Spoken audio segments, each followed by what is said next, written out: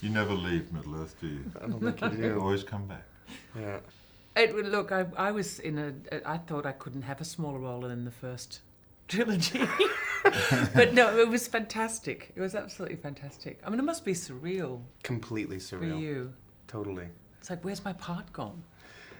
Yeah, but kind of nice to only come back for a short bit, in a way, you know?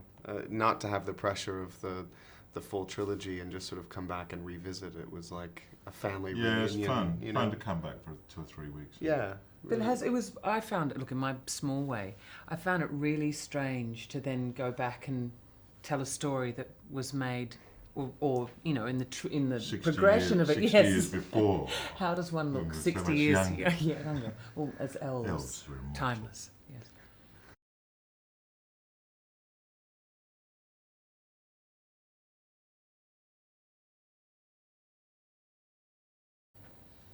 Yeah, I suppose the world of the film is not. It's one where the sense of doom is not as great. The whole world of the Lord of the Rings was very much in peril and sort of an autumnal feel to it. This is slightly more innocent. It's still tonally in the same place, but it's a slightly more innocent world, I suppose. Because I think that the high elves know what's coming, Yeah. and also the audience does. So the audience brings their own level, I think, of anxiety because they know the world that they're all plunging unwittingly into. Galadriel knows. Of course she does. Of course she does.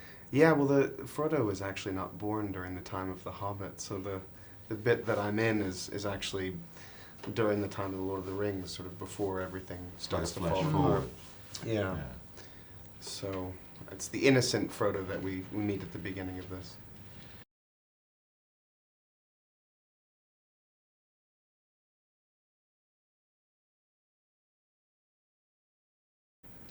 I enjoy working with Pete and working in this. I love this feeling that you never know what's going to happen. You've just got to be prepared for everything, and you've got to take responsibility for yourself and jump in and have a good time. Beautifully put, yeah. That's what I love. I think he's the only director on the planet that can make you absolutely believe and invest in a character with bird shit running down his head, being pulled by a sleigh full of rabbits, and you commit to that. I mean, there's very few directors who could get you to invest in the depth and reality of that moment. I mean, I'd have to agree with both of them. Part of it's working with Pete and being in the environment that he sets up for his actors and for the crew. And the world that he creates that does feel so believable and so real.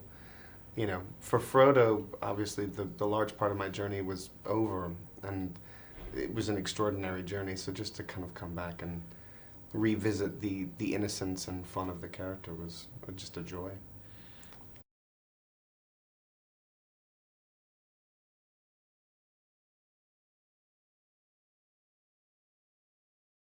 My more recent memories of The Hobbit are reading it to my kids and loving revisiting that for them.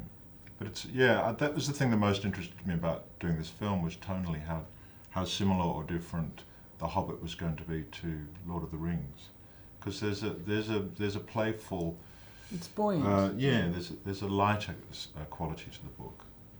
I agree with Hugo. It's been, I mean, you know, as a child when you're reading it, you're entering into a timeless universe, but it's reinforced when you read it with and to your 11-year-old son, and then you see it through their eyes. And I can't wait for them to see the film. No, me neither.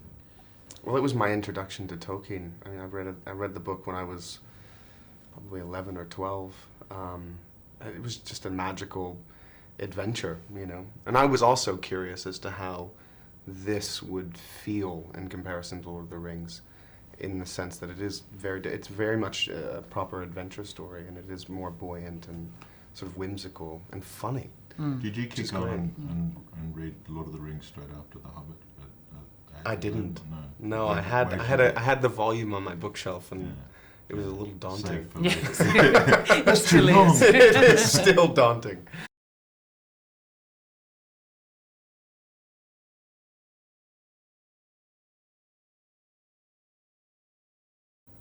There's something about this set. You feel like it's such a big city that you come into the studio and it's this massive. It's like a megapolis or something, and yet it's got the heart of a cottage industry. And there's something about Pete that he's got this huge vision, the scope, but his ability to always be himself, have his feet often without shoes, very much on the ground, and he's this fabulously creative mind. He's always, the work never stops. He's always keeps on creating.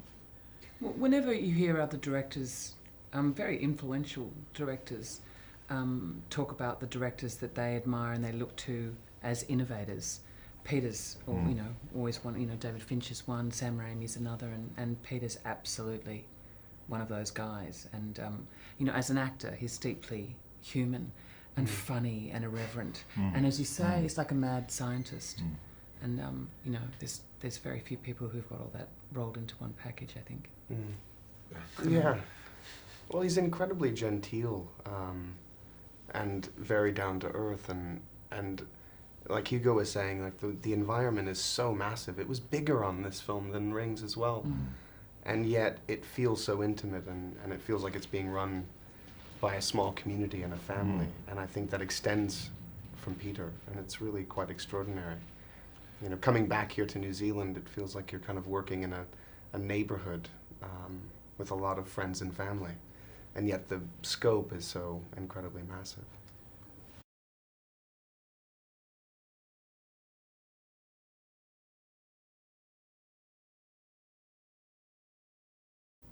I think it's vital. Couldn't be anywhere else. It couldn't. I mean, I think obviously because of its relative remoteness, it's what makes it. It's like Australia. I mean, everyone talks about what makes Australia so unique, and it's that sort of relative comparative distance. But it's what you were saying too. It's incredible, and a real testament to the heart of the country that this incredible creative eruption has been exposed internationally, but still the very handmade quality, the down-to-earth quality, the just getting practical, day-to-day process of making films hasn't changed. And the joy that all the Kiwis seem to express working day to day on the sort of excitement of working on it, that's so palpable. And that's in the street. People come up and shake your hands, and they're excited about seeing the film. And there's something really, really lovely about that quality. It's so uncynical. Yeah, I mean, I completely agree. There's also a sort of, the thing I love about New Zealand crews is they have a kind of creative ingenuity. I mean, I remember on Rings, multiple crew members would wear different hats and do as many things that they possibly could to aid in the ultimate job at hand. And that's such a beautiful thing. There seems to be no separation from department to department. Everyone's just giving their all to the creative vision and working together. It's beautiful.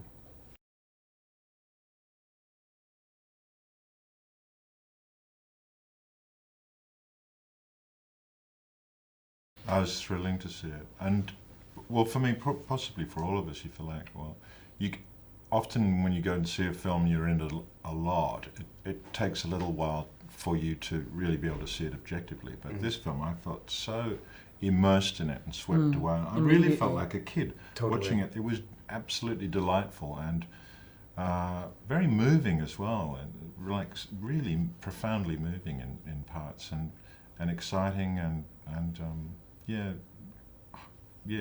kind of mind-blowing, really. I think the storytelling is impeccable because it's such a there's so many avenues you can go down in the story, and it's been so judiciously put together. And for me, the quintessential moment was when Bilbo found the ring.